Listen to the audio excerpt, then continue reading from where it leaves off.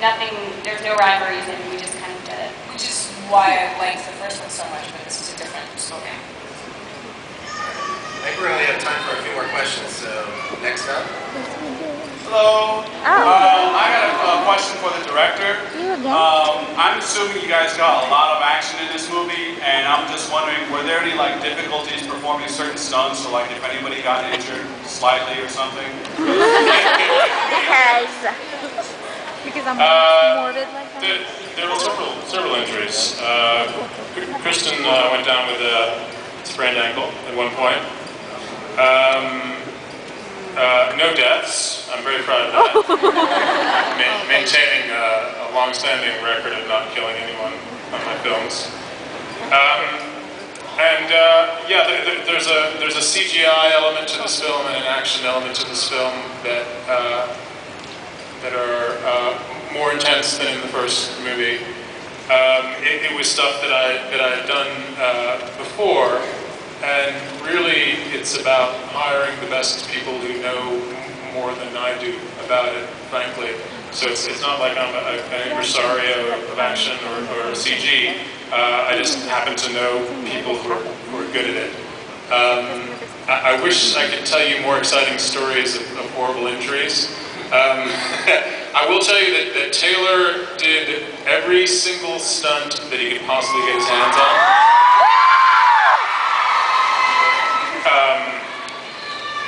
Every stunt except the ones that the insurance company said he was not allowed to do. So really, if Jacob is doing something dangerous or impressive in the film, it's pretty much Taylor doing it.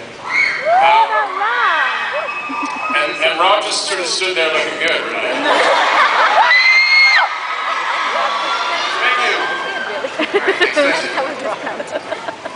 Hi guys, my name's Bailey, and the first comment is for Ashley, Cheez-Its. And the question I wanted to ask was, how was it working with the rest of the cast, like from the Volturi and stuff like that?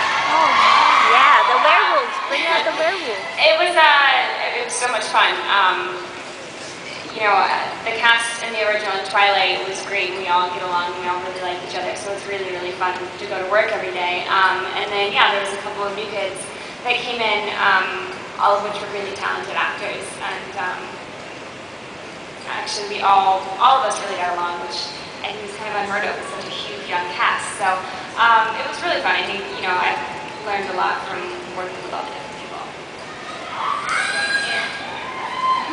Next question. Hi, my name's Anthony. My question's for Taylor. I was just wondering, can you teach me how you worked out and stuff? Whatever. These love animals ain't working, bro, for real. But you know what, actually, it does bring up a good point. Like, what kind of program did you have to go through? A regimen?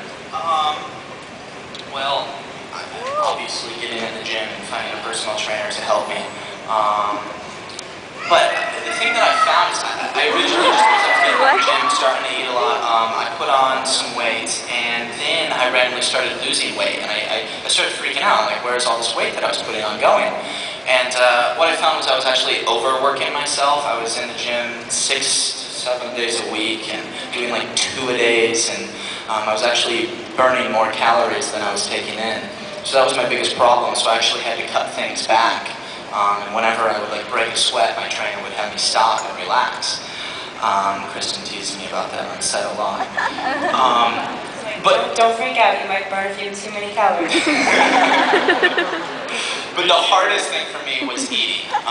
Eating constantly and good foods, but always. Health tip, eat constantly. You should give a shout out to Jordan, right? I mean, your trainer. Yeah, my trainer, Jordan Young, he's really, really talented. And he helped me a lot with this process, and he's always on set, like shoving food in my mouth. I'll be talking to somebody, he comes up with a plate, and he's like, and he wakes me up in the morning, he's like, take this protein shake, and I'm like, dude, I'm sleeping. But yeah, I have a lot of people to thank.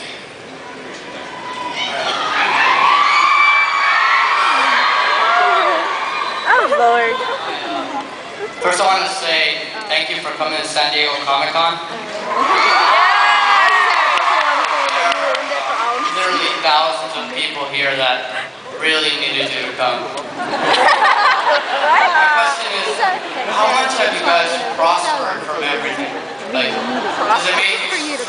being Edward Cullen? Chloe, what did you say? What? How does it make you stronger being Edward Cullen? She's like, we screened the question. I thought we screened the question. No, so at the end of the day, it's just a part. You just go into it and like, you know, your life, you know, you're walking on the street. I mean, that's a really bad analogy. You step on like a little stone and it just kind of flies away and you have no idea where it's going. And then you're just trying not to drown afterwards. And that's, that's my life. That sounds really terrible. I would actually like to know, I'm sure you'd much rather hear from the actors, but I would like to say one thing, which is that the last film that I made was recut by the studio, and my experience with it ended up being quite a terrible one. And this has been entirely different, both dealing with Summit and dealing with this young cast. And as much as you know, they've said some very kind things about me, which I told them to, but it's been a tremendously rejuvenating process for me. I now remember how much fun it can be to make a film, and that really comes from the people that you work with. Let's do one more quick question, and then I gotta cut it off. So one more quick question. My question is for Taylor. Yes! I'm 1/8 Paiute and 1/8 Cherokee Indian, and so you playing the Native American, have you learned anything about them or their cultures or any of their traditions? Yes. For Twilight, I actually had the opportunity to have some Quileute Indians come to Portland, and I actually had the opportunity to have dinner with them and talk to them. And the main thing I was focusing on is I wanted to learn more about the kids my age and what they like to do in their free time. And I was expecting something really different, and I was expecting to have to change myself, you know, to be able to do that. But I asked this kid who looked around my age, I was like, so what do you do in your free time? What do you do for fun? He's like, you know, I play basketball, I go to the beach. And I was like, what do you do at the beach? Throw the football around? He goes, no, I check out girls. I was like, it was really funny. So the interesting thing that I learned is that they're just like me. They do the same things I do. Check out girls. Okay, let's X that.